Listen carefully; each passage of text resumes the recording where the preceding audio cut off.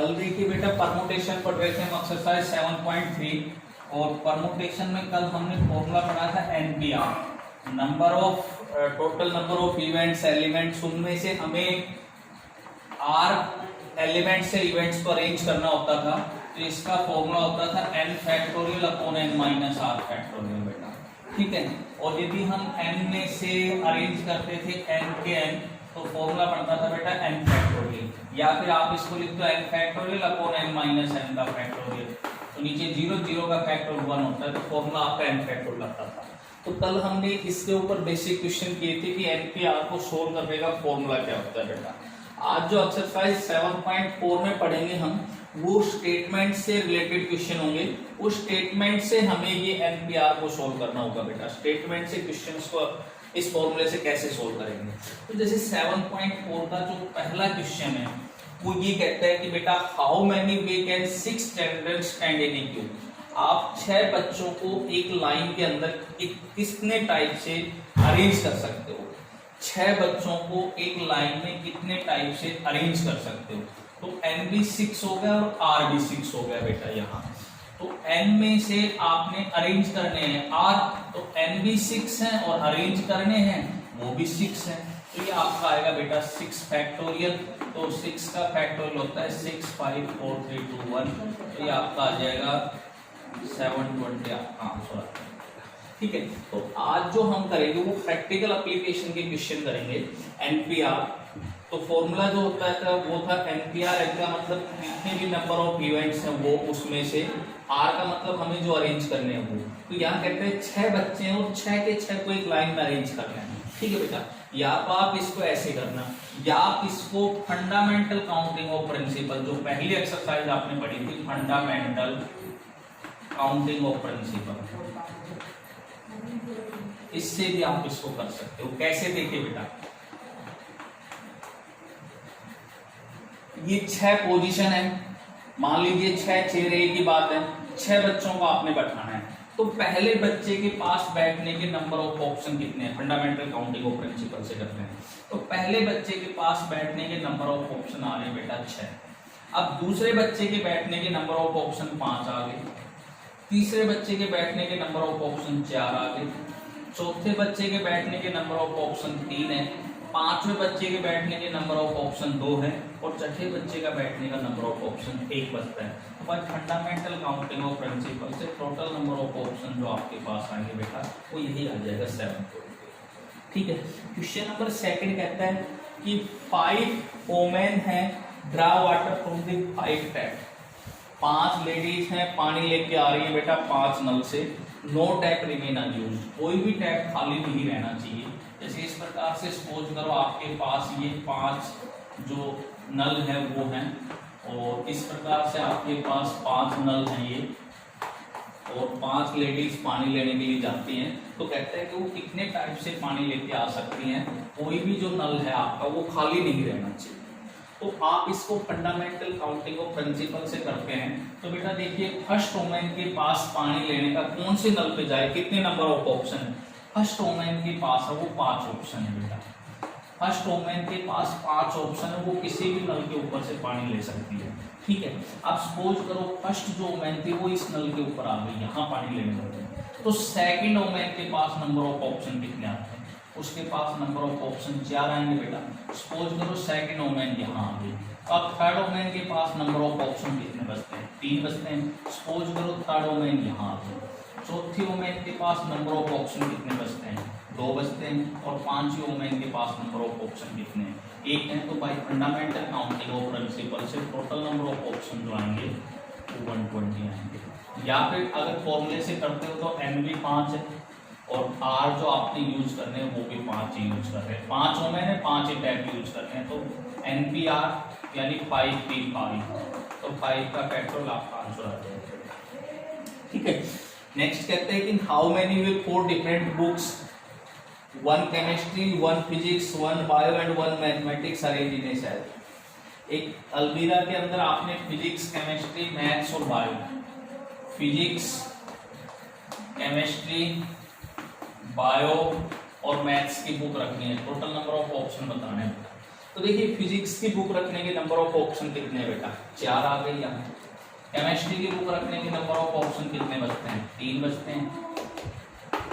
उसके बाद बायो की बुक रखने के नंबर ऑफ ऑप्शन 2 बचते हैं बेटा, और मैथ्स के रखने के 1 बचता है। तो टोटल नंबर ऑफ जो ऑप्शन आएंगे बेटा आपके पास वो कितने आ जाएंगे, 24 आ जाएंगे। नेक्स्ट क्वेश्चन क्या कहता है, there are 3 different rings to be worn in 4 fingers with at most 1 in each fingers, how many we can be done। ये देखो क्या कहता है बेटा, ये 4 फिंगर हैं आपके पास, 1 2 3 और 4, ठीक है। In how many way 3 different rings, अब 3 रिंग है आपके पास, 4 तो फिंगर है और 3 डिफरेंट रिंग है, ठीक है। और ये कहता है कि एटमोस्ट ज्यादा से ज्यादा एक फिंगर के अंदर एक ही रिंग आपने डालनी, ये नहीं करना है कि इसी फिंगर के अंदर आप तीनों रिंग डाल दो। तो एक फिंगर के अंदर ज्यादा से ज्यादा आपने एक रिंग डालनी है, तो कितने नंबर ऑफ ऑप्शन आएंगे। तो यहाँ आप देख रहे हैं बेटा n इज इक्वल टू 4 हो गया, और जो रिंग डालनी है वो 3 है। तो फॉर्मूला होता है NPR, तो फॉर्मूला बनेगा 4p3, तो ये बनेगा 4 का फैक्टोरियल अपॉन 4 माइनस 3 का फैक्टोरियल, तो 24, और ये नीचे 1 का फैक्टोरियल, तो 24 ऑप्शन आएंगे। या तो आप ऐसे करो, या फिर आप देखो बेटा मैं आपको बेसिकली करवाता हूँ, अगर ये 4 फिंगर है आपके पास और आपने 3 रिंग डालनी है, तो टोटल नंबर ऑफ ऑप्शन आपने फाइंड आउट करने हैं। तो देखिए जो पहली रिंग आप डालोगे, उस पहली रिंग के डालने के नंबर ऑफ ऑप्शन कितने हैं, इसमें भी डाल सकता हूँ पहली रिंग बेटा, मैं इसमें भी डाल सकता हूँ, इसमें भी डाल सकता हूँ, और इसमें भी डाल सकता हूँ। तो पहली रिंग डालने के मेरे पास नंबर ऑफ ऑप्शन कितने हैं, 4 ऑप्शन बेटा। फर्स्ट रिंग के नंबर ऑफ ऑप्शन जो आ रहे हैं, फर्स्ट रिंग के जो नंबर ऑफ ऑप्शन आ रहे हैं वो आ रहे हैं बेटा 4, number of option is equal to 4।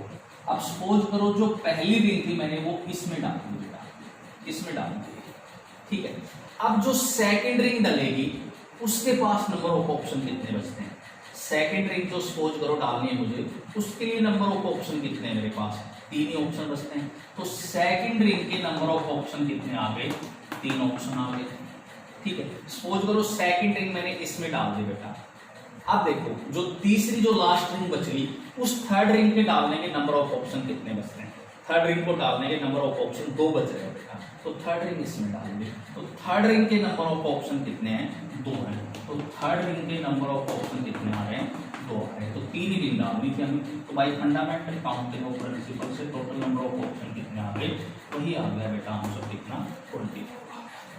Next question number 4 पे आते हैं बेटा। 4 हो गया ये आपका। 5 के ऊपर आते हैं।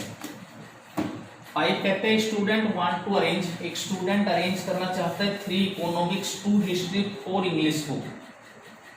3 इकोनॉमिक्स की बुक है, 2 हिस्ट्री बुक है और 4 इंग्लिश बुक है। 9 बुक्स को अरेंज करना चाहता है बेटा ये ऑन ए सेल्फ, एक अलमीरा के अंदर। If the books on the same subjects are different, ठीक है, मतलब ये तीनों इकोनॉमिक्स की अलग अलग बुक्स हैं। जैसे मान लीजिए मैथ्स की, यहाँ जैसे मान लीजिए मैथ्स की 2 बुक दे रखी हैं, हिस्ट्री की जगह मैथ्स दे रखी हूँ, तो एक मान लो आपके पास एनसीईआरटी का मैथ है और एक आपके पास एलिमेंट्स का मैथ है बेटा। इस प्रकार से तीनों जो इकोनॉमिक्स की बुक है वो तीनों अलग अलग राइटर की मान लो, दोनों हिस्ट्री के अलग अलग राइटर की, 4 इंग्लिश अलग अलग राइटर की है। तो पहले में कहता है कि नंबर ऑफ पॉसिबल अरेंजमेंट, तो नंबर ऑफ पॉसिबल अरेंजमेंट बनेगी पहले में। तो पहले जो केस हो गया उसमें total number of possible arrangement, total number of possible arrangement. तो बेटा टोटल नंबर ऑफ बुक्स जो है आपके पास वो 9 है हुई, और अरेंज जो करनी है आपने वो अरेंज 9 की 9 ही करनी है। टोटल नंबर ऑफ बुक्स को अरेंज करना आपने, तो आपका फॉर्मूला होगा NPR। 9 थी, अरेंज करनी है आपने 9, तो आपका आएगा 9 का फैक्टोरियल। इसको सोल्व कर लेना बेटा, जो भी आंसर आपका आएगा, ठीक है, या ठीक है ना, इसको सोल्व कर लिया। फंडामेंटल काउंटिंग ऑफ प्रिंसिपल से कर लो। 9 बुक्स रखनी है आपने, पहली जो बुक्स को रखने के 9 ऑप्शन हो जाएंगे, दूसरी के 8 7 6 इस प्रकार से कर लोगे। अब सेकंड पार्ट देखिए बेटा, number of possible arrangement if all the books on the particular subject are together. अगर पर्टिकुलर सब्जेक्ट की एक साथ रखनी है तो नंबर ऑफ ऑप्शन कितने होंगे। तो पर्टिकुलर सब्जेक्ट का मतलब ये होता है बेटा, पर्टिकुलर सब्जेक्ट्स आर टुगेदर। इसका मतलब क्या है? इसका मतलब ये है बेटा कि जैसे आप अलमीरा में बुक रख रहे हैं तो आपने ये 9 बुक रखनी थी, ठीक है, तो उसमें पहले आपने तीनों इको की रख दी, उसके बाद अगली दोनों आपने हिस्ट्री की रख दी, उसके बाद आपने फिर चारों इंग्लिश की रख दी। पर्टिकुलर का ये मतलब है। और पहले में क्या था कि एक इको की रख दी, अगली इंग्लिश की रख दी, अगली फिर इंग्लिश की रख दी, फिर आपने हिस्ट्री की रख दी, फिर आपने इको की रख दी। उसमें कोई मतलब ये नहीं था कि किस कैसे भी आप रख सकते थे बेटा, कोई कंडीशन नहीं थी। लेकिन यहाँ उसने कंडीशन लगा दी कि पर्टिकुलर सब्जेक्ट की साथ रखनी है, ठीक है। तो पर्टिकुलर सब्जेक्ट की जब साथ रखेंगे तो नंबर ऑफ ऑप्शन इको बुक से कितने आएंगे? इको बुक्स के रखने के नंबर ऑफ ऑप्शन कितने होंगे बेटा? तो इको की 3 बुक रखनी है, तो इन 3 बुकों को रखने के कितने ऑप्शन आएंगे? सपोज करो ये आपकी ए राइटर की, ये बी राइटर की, ये सी राइटर की। तो ए राइटर की 3 ऑप्शन है बेटा, कहीं भी रख सकते हो क्योंकि आपने तीनों रखनी है। ए को ऊपर रख लो, यहाँ रख लो, यहाँ रख लो। तो ए के पास 3 ऑप्शन आएंगे, बी के पास फिर 2 ऑप्शन बचेंगे और सी के पास 1 ऑप्शन बचेंगे। तो इको की बुक रखने के नंबर ऑफ ऑप्शन 6 आएंगे बेटा, ठीक है ना। भाई आप कैसे भी रख सकते हो इनको, भाई पहले आप ए रख दो, फिर बी रख दो, फिर सी रख दो। हो सकता है आप ए फिर सी फिर बी रख दो। तीसरा हो गया बेटा कि बी ए सी रख दो। चौथा बेटा बी सी ए रख दो आप। पांचवा सी ए बी रख दो। छठा सी बी ए रख दो। इस प्रकार से 6 ऑप्शन बनते हैं इको की तीनों बुक्स रखने के। ए बी सी रख दी, ए सी बी रख दी, और आप बताओ क्या ऑप्शन बनेगा? 6 के 6 ही ऑप्शन बनते हैं, वो मैंने 6 के 6 आपसे बना के दिखा दी बेटा। या तो आप एक बुक को पहले ले लो, बी को पहले ले लो, सी को पहले ले लो, इस तरह से आप बदल बदल के इको की बुक रखने के 6 ऑप्शन आ गए। अब number of option of history से कितने ऑप्शन बनेंगे बेटा? अब हिस्ट्री की तो 2 बुक है आपके पास, या तो पहले ए को रख दो, बाद में बी को रख दो, या पहले बी को रख लो, बाद में ए को रख दो। तो 2 ऑप्शन आएंगे बेटा इसके पास। इंग्लिश के कितने ऑप्शन आएंगे? इंग्लिश के आएंगे, पहली के पास 4 ऑप्शन है, अगले के पास 3, उससे अगले के पास 2, उससे अगले के पास है 24 ऑप्शन आएंगे, ठीक है। अब हमारी फंडामेंटल काउंटिंग ऑफ प्रिंसिपल से टोटल ऑप्शन कितने हो गए? 6 × 2 × 24, 6 × 2 × 24, तो 12 × 24, 288 नंबर ऑफ ऑप्शन आ गए बेटा। लेकिन आंसर इसका ये नहीं है 288। अभी एक चीज और करेंगे हम। अब जो बेटा पर्टिकुलर सब्जेक्ट की हमने एक साथ रखी है, तो उसमें ये कंडीशन थोड़ी दे रखी है कि सबसे ऊपर आप इको की ही रखो। भाई ये कंडीशन थोड़ी है कि सबसे पहले हम इको की रखें, हमें तो पर्टिकुलर सब्जेक्ट की रखनी है। तो पर्टिकुलर सब्जेक्ट के अंदर हो सकता है कि पहले हम हिस्ट्री की रख लें, फिर इंग्लिश की रख दें, फिर इको की रख दें। एक ऑप्शन ये हो गया। हम इसी तरह हो सकता है कि पहले इंग्लिश की रख दें, फिर हिस्ट्री की रख दें, फिर इको की रख दें। तो इस प्रकार से सब्जेक्ट के नंबर ऑफ ऑप्शन और बढ़ाओ, तो सब्जेक्ट के नंबर ऑफ ऑप्शन बढ़ेंगे बेटा 6।